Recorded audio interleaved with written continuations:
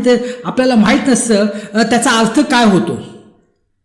कारण तुम्हाला माहिती आहे की 300 इसवी नंतर 300 AD नंतर पुष्कळ गोष्टी ज्या आहेत ज्याला आपण म्हणतो मूर्तीपूजा, ज्या पुष्कळ प्रथा ज्या पवित्र शास्त्राच्या अनुसार नाही आहेत त्या प्रथा मंडळीमध्ये आल्या.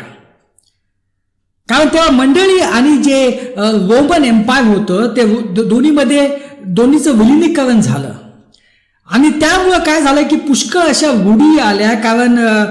कारण जे मंडळी होत्या त्या सरकारच्या कंट्रोलमध्ये आल्या. आता हे जे रोमन लोक जे होते ते जे बॅबिलॉनची जे देव देवता होत्या त्याच्यावर ते प्रभावित होते, त्याच्यावर ते विश्वास ठेवित असे. रोमन लोक पहिला आपल्याला माहीत नसतं त्याचा अर्थ काय होतो. कारण तुम्हाला माहिती